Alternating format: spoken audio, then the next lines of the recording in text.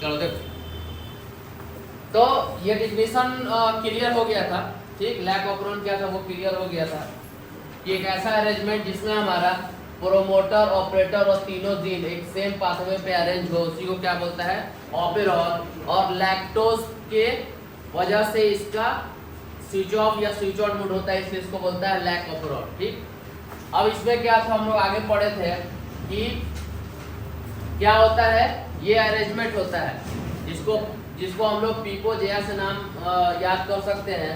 पीपोजेआ means what, promoter, inhibitor या inducer, या फिर प्रोमोटर, ऑपरेटर। ये जेड डेनोट पर बीटा गैलेक्टोसाइडेज, ये ऐसा जीन है जो किसको, कौन सा प्रोटीन बना रहा है, बीटा गैलेक्टोसाइडेज। वाई जीन किसको बना रहा है, परमिएज को। ए बना रहा है ट्रांस एसिटाइलेज को, ठीक। जो बीटा गैलेक्टोसाइडेज है वो क्या करता है कि अगर हमारा कोई भी प्रोकैरियोट्स एग्जांपल में मान लो ई कोलाई, अगर ये हमारा लैक्टोज वाले मीडियम में चला गया, मतलब चारों तरफ उसका लैक्टोज है, मतलब चारों तरफ उसके मिल्क है, अगर उस वाले रीजन में चला गया, तो उस वाले रीजन में अगर चला गया तो फिर उसको ग्लूकोज नहीं मिल पाएगा, क्योंकि मिल्क में ग्लूकोज नहीं मिलता है। तो ग्लूकोज नहीं मिल पाएगा, तो उस कंडीशन में जो बीटा गैलेक्टोसाइडेज है वो क्या करेगा, इस लैक्टोज को तोड़ के ग्लूकोज में कन्वर्ट करेगा ई कोलाई के अंदर, ठीक।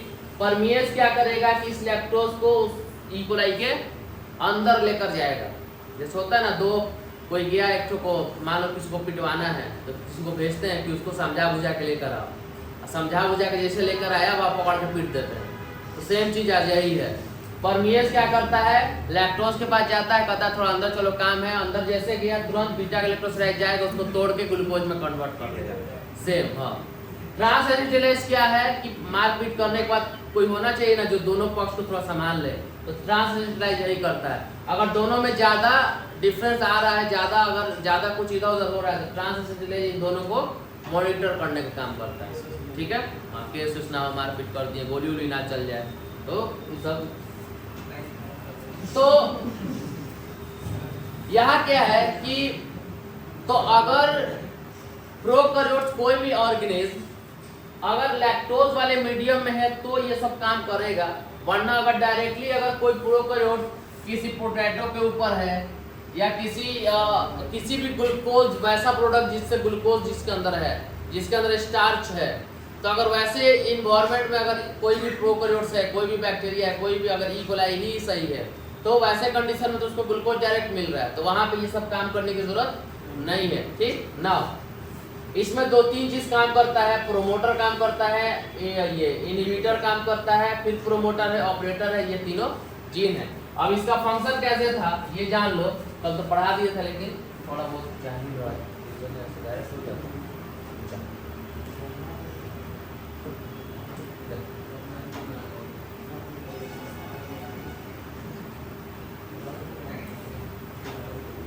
देखो पहला क्या है, in absence of inducer. Inducer यहाँ कौन है, लैक्टोज। लैक्टोज के एब्सेंस में, लैक्टोज अगर नहीं है उस मीडियम में, तो क्या इस ई कोलाई, ये क्या है, ई कोलाई के अंदर जो डीएनए है उसका ये क्या है, सीक्वेंस है। उस डीएनए का क्या है, सीक्वेंस के अंदर का बात हो रहा है कि लाइन से क्या सजा होगा, तो यहाँ प्रोमोटर होगा, यहाँ ऑपरेटर होगा, यहाँ फिर प्रोमोटर होगा, यहाँ पे फिर तीनों जीन होगा, ठीक। क्योंकि प्रोकैरियोटिक के अंदर एक से ज्यादा जीन पॉलीसिस्टोनिक है, मतलब एक इससे जो आरएनए बनेगा उसमें एक से ज्यादा जीन कोडिंग के फॉर्म में रहेगा और एक से ज्यादा प्रोटीन बन सकता है। हमारे अंदर नहीं बनता है, इसके अंदर तीन बन सकता है एक बार में, क्योंकि पॉलीसिस्टोनिक है।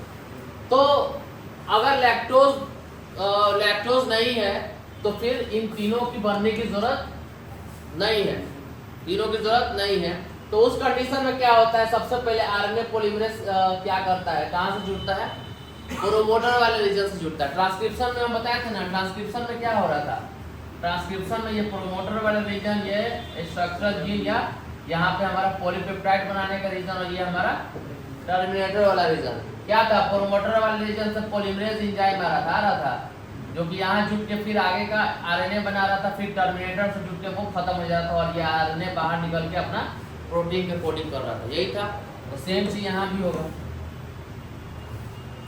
तो यहाँ क्या होगा, ये है प्रोमोटर रीजन। यहाँ पर कौन गया, आरएनए पॉलीमरेज गया। आरएनए पॉलीमरेज गया और किसको पढ़ा, इंड्यूसर वाले रीजन को पढ़ा। I denote for inducer, I denote for inhibitor और रिप्रेसर, या उसको इंड्यूसर भी बोलता है। ठीक, ये जो ऑपरेटर से बाइंड होता है तो इंड्यूसर है जनरली। आई क्या करता है, आई पे मैसेज लिखा हुआ है कौन सा प्रोटीन बनाने को, रिप्रेसर प्रोटीन बनाने का, क्योंकि प्रोटीन कहाँ से बनता है, आरएनए से ही बनता है। तो आई पे लिखा हुआ मैसेज, आरएनए पॉलीमरेज एंजाइम गया, आई के मैसेज को पढ़ा। ये क्या है, डीएनए का ही सीक्वेंस है ना। आई वाले मैसेज को पढ़ा तो डीएनए से क्या बनाया, आरएनए। कौन सा आरएनए, रिप्रेसर एमआरएनए, मतलब इसके ऊपर रिप्रेसर का लिखा हुआ, रिप्रेसर प्रोटीन बनाने के लिखा हुआ क्या है, मैसेज है। तो इस प्रोसेस को क्या बोला, ट्रांसक्रिप्शन बोल सकते हैं। अब ये जो ट्रांसक्रिप्टेड एमआरएनए आया, अब इसके मैसेज को पढ़ के क्या बनाना है, प्रोटीन। कौन सा मैसेज लिखा हुआ है, रिप्रेसर प्रोटीन बनाने का, तो कौन सा प्रोटीन बन गया, रिप्रेसर प्रोटीन। ये हो गया ट्रांसलेशन, बोल सकते हैं। तो प्रोमोटर वाले रीजन से आरएनए पॉलीमरेज आके जुड़ गया, वो आई वाले मैसेज को पढ़ा, पढ़ने के बाद बनाया रिप्रेसर एमआरएनए। रिप्रेसर एमआरएनए बन गया तो ट्रांसलेशन हुआ, क्या बन गया, रिप्रेसर प्रोटीन। अब ये जो रिप्रेसर प्रोटीन कहाँ चला जाएगा, ऑपरेटर वाले रीजन से जुड़ गया। किससे जुड़ गया, ऑपरेटर वाले रीजन से यहाँ पे जुड़ गया, तो रास्ता बंद कर दिया। रास्ता बंद कर दिया तो अब दूसरा आरएनए पॉलीमरेज आएगा, वो कहाँ जुटेगा, फिर से प्रोमोटर वाले रीजन से जुटेगा, क्योंकि यहाँ जुट के इसको बना दिया, इसका काम खत्म। अब दूसरा आरएनए पॉलीमरेज यहाँ जुटेगा। क्यों यहाँ जुटना है, क्योंकि इन तीनों का मैसेज को पढ़ के आरएनए बनाना है। तो जैसे ही यहाँ ये जुटा, अब बोला कि हम चले आगे, इन तीनों का मैसेज को पढ़ के आरएनए बनाने के लिए तुरंत कौन रोक दिया, रिप्रेसर रोक दिया। रिप्रेसर बोला कि भाई तुमको आगे नहीं बढ़ना है। क्यों नहीं बढ़ना है, क्योंकि जो सेल का इन्वायरमेंट है, जो ई कोलाई के चारों तरफ का इन्वायरमेंट है, जो प्रोकैरियोटिक के चारों तरफ का इन्वायरमेंट है, उसमें लैक्टोज नहीं है, ग्लूकोज आराम से मिल रहा है। तो तुमको क्या जरूरत है मेहनत करने का, तुमको क्या जरूरत है तोड़ने का, जब लैक्टोज है ही नहीं, जब चारों तरफ से ग्लूकोज मिल ही रहा है। तो ये क्या करेगा, स्विच ऑफ कर देगा इसको, मतलब कि आगे का प्रोसेस नहीं हुआ, स्विच ऑफ कर दिया। तो स्विच ऑफ हो गया तो ये यहीं का यहीं रह गया। हाँ, लेकिन हम बोले थे ना कि लाख किसी को रोको, लेकिन अपने से खुद खाद के कुछ कर ही देता है। ठीक, तो किसी को अगर मना करोगे क्या इसमें समझ लो, तो और उसी में से लेगा, तो अच्छा लगता है हमको ऐसा करने से। तो सेम चीज यहाँ पर है। ठीक, आरएनए पॉलीमरेज को क्या किया, हमारा रिप्रेसर रोक दिया, लेकिन फिर भी थोड़ा बहुत इसमें से इधर चला जाएगा और इसमें से इन तीनों में से थोड़ा बहुत प्रोटीन बना देगा। क्या करेगा, आरएनए पॉलीमरेज गया, इन तीनों से आरएनए बनाया, आरएनए से थोड़ा बहुत प्रोटीन बनाया, थोड़ा बहुत, ज्यादा नहीं बनाता। ठीक, तो ये हो गया स्विच ऑफ मोड, नहीं बन रहा है अच्छे से। अब आओ यहाँ पे, यहाँ क्या होगा, फिर से आरएनए पॉलीमरेज जाएगा। ये कौन सा मोड है, इस कंडीशन में प्रोकैरियोटिक के चारों तरफ क्या है, लैक्टोज है, ग्लूकोज उसको नहीं मिल रहा है, तो अब स्विच ऑन हो जाएगा, अब इसकी जरूरत है। तो अब ये कहानी फिर से दोहराएगा। आरएनए पॉलीमरेज प्रोमोटर पे बैठा, आई वाले मैसेज को पढ़ा जो डीएनए पे लिखा हुआ है, क्या बनाया, रिप्रेसर एमआरएनए। रिप्रेसर एमआरएनए क्या बनाएगा, रिप्रेसर प्रोटीन। रिप्रेसर प्रोटीन बन गया। यहाँ तक क्लियर। अब चलो आगे। हम क्या जानते हैं कि जब स्विच ऑफ मोड था तो भी उसके सेल के अंदर ये तीनों थोड़ा बहुत बन रहा था ना, बन रहा था, मतलब कि ये तीनों प्रोटीन स्विच ऑफ मोड में भी सेल के अंदर थोड़ा थोड़ा बन रहा था।